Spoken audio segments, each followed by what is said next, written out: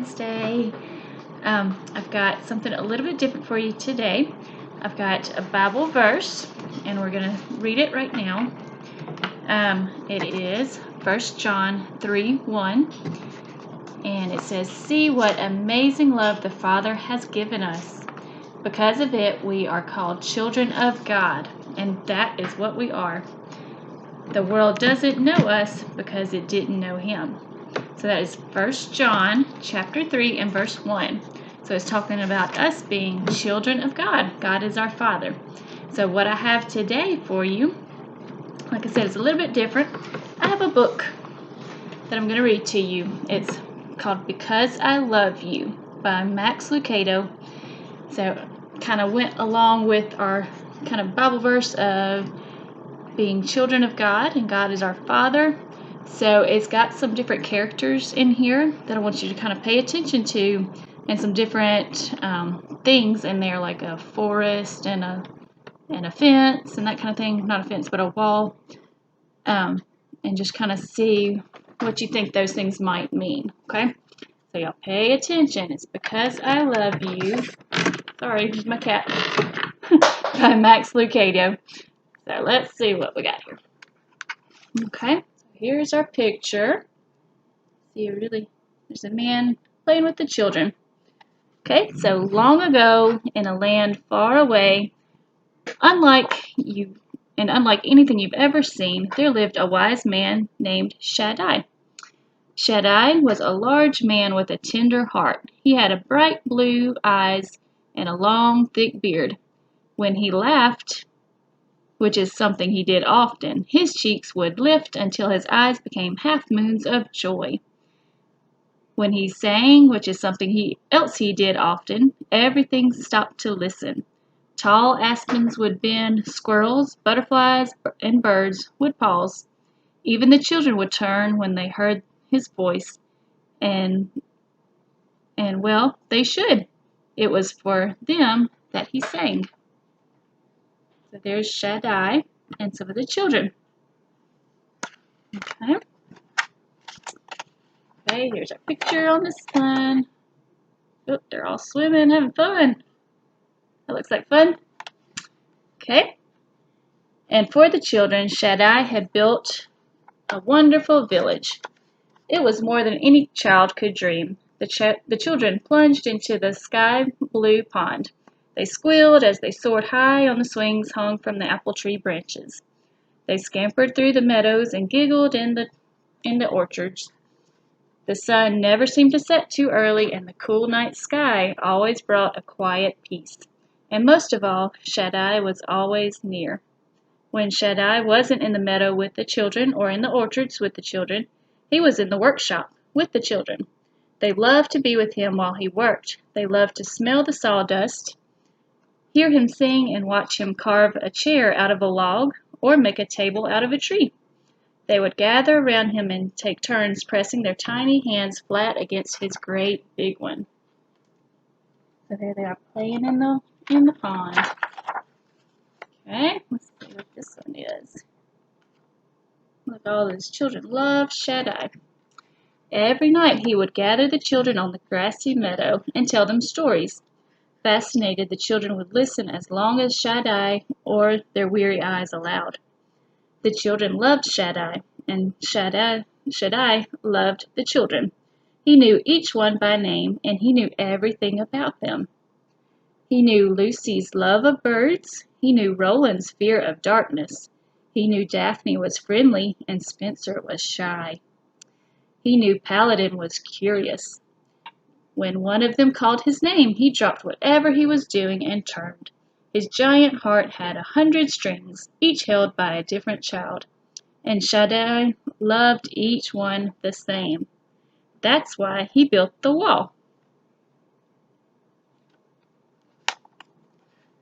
Okay, let's see what this one. He's building a wall.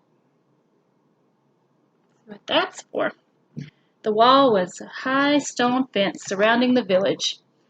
Shaddai had built it, rock upon rock. The wall was so tall, it stood high above Shaddai. Even if he stretched his arms as high as he could, he still couldn't touch the top of the wall. He spent days building it, and as he built, he did not sing. A deadly forest stood outside the village. As Shaddai built the fence, he would often pause and look into the shadows beyond. Cruel thorns and savage beasts and hidden pits filled the dark forest. It was no place for the children that Shaddai loved. Beyond the wall is danger, he would tell the children in solemn tones. You were made for my village, not for the terrible land beyond. Stay with me, it's safe here. But in his heart he knew it was only a matter of time.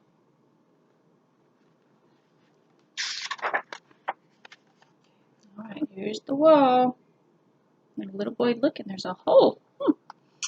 Okay, the day he placed the final stone in the wall, he returned to his shop, took a long aspen branch, sat down at his bench, and carved a staff. Shaddai stood the staff in a corner. I'll be ready, he told himself. Sometime later, a boy ran into Shaddai's workshop. The sandy-haired child with searching eyes and restless energy brought the maker both joy and concern. Shaddai! In one motion, the maker dropped his hammer and turned. What is it, Paladin? The boy spoke in spurts as he gasped for air. The wall! I found a hole! It's a big opening, sir. The boy's hands stretched to show the size. Someone could crawl through it.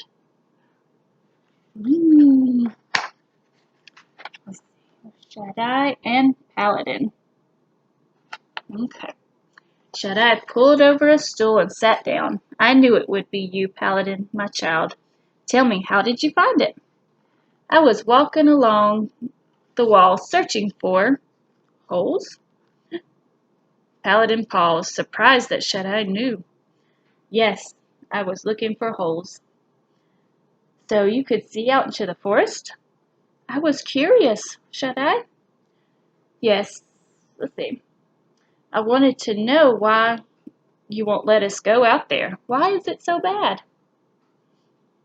Shaddai motioned for the boy to come to him.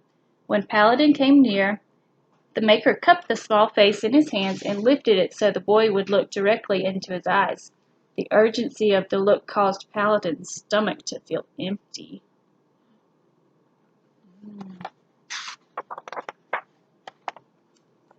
They're doing here. There he is. Okay. Paladin, listen to me. The lands out there are not for you. They are not for me. They're not for me. A journey into the forest will hurt you. You were not made for those lands. Let your feet carry you to the many places you will go. You can go, not to the one place that you can't. If you leave here, you will not find the way back. Paladin spoke softly. You will fix the hole then? No, Paladin. I created the hole because I love you so much. But you just said you don't want us to leave. I don't want you to leave. I want you to stay with me. But I did make the opening when I built the wall. But if you don't fix it, said Paladin, the children might leave. I know, Paladin. But I want the children to stay because they want to, not because they have to.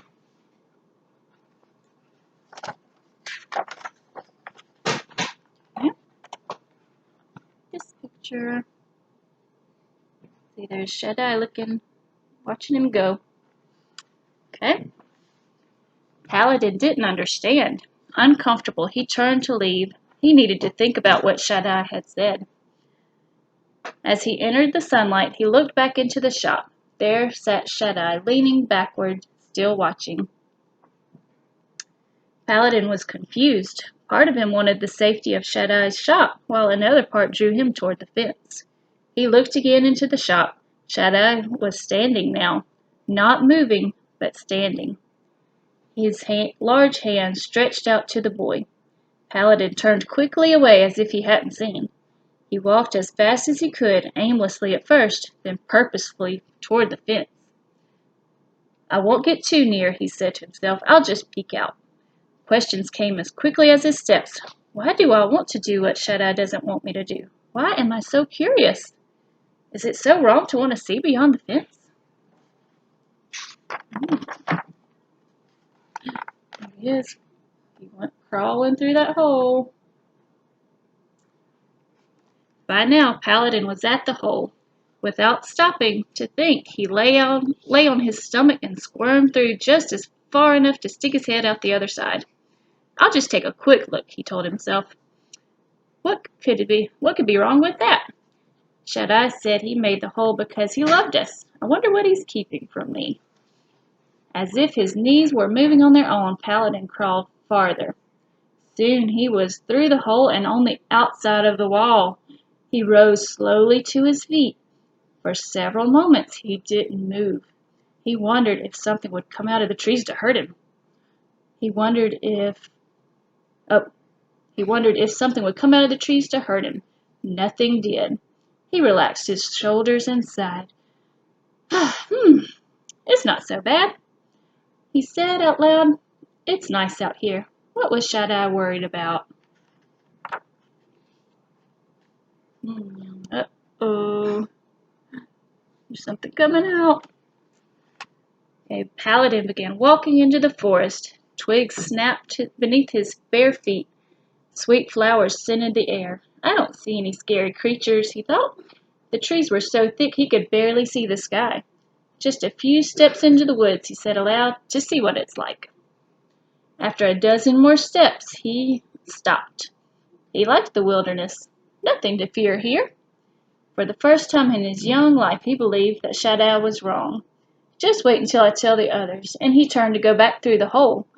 But the hole was gone. Oh no. No, no hole. Gone. He stopped and stared. He saw only a solid wall. Paladin ran to the wall. Was this the spot where he had crawled through? Or was it somewhere else? He couldn't remember. He ran a dozen steps one way, then a dozen steps the other. Nothing. Suddenly he heard a strange sound in the woods behind him. He swung around, but he saw nothing. Paladin looked into the forest. Now it no longer seemed friendly. It was dark and threatening, as if it were about to destroy him. Desperately, Paladin searched the wall. He couldn't climb over. He couldn't break through. There was no way home. If you leave here, you will not find the way back. Shaddai's words rang in his mind. Shaddai. The boy's eyes were wide with fear. He sat on the ground and hugged his knees to his chest and began to cry. As Paladin huddled there, lonely and afraid, he remembered something else Shaddai had often said. I love you so much. Does he love me enough to come and find me? Wondered the boy. Will he hear me if I call to him? Shaddai, Shaddai, I'm so sorry I didn't listen to you. Please come help me. Paladin's plea had been heard by the one who loved him even before it was spoken. For as the boy left Shaddai's workshop, the Maker had watched him as long as he could. When Paladin was out of sight, Shaddai turned not to take up his work, but to remove his apron. He hung his tools on the wall, then he reached into the corner and took the staff, the one he'd carved after he finished the wall.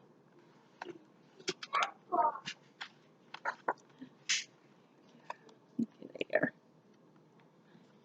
Okay. Even before Paladin had reached the wall, Shaddai had left the shop. Even before Paladin had asked for help, Shaddai was on the way to give it. Even before the hole in the wall had closed, Shaddai had opened another. His strong hands pulled away the rocks until he could see into the forest. With his staff at his side, Shaddai crawled through the hole. He left the village he'd made and set out in search of his child. And there he is. So isn't that a sweet story? And so do y'all know who Shaddai represents? That represents God. He's our Father. And then Paladin is just like us. Sometimes we're curious about what is on the other side, what's so wrong with things that we're not supposed to be doing, right? Sometimes the curiosity and temptation gets the better of us. But just like Shaddai, God is right there even before we even ask for help. Sometimes He is right there to help us and get us out of that dark forest of sin. So just remember, you can always call on God no matter where you are, and He's right there to get you out and to forgive you. And so I will see you guys later. Bye.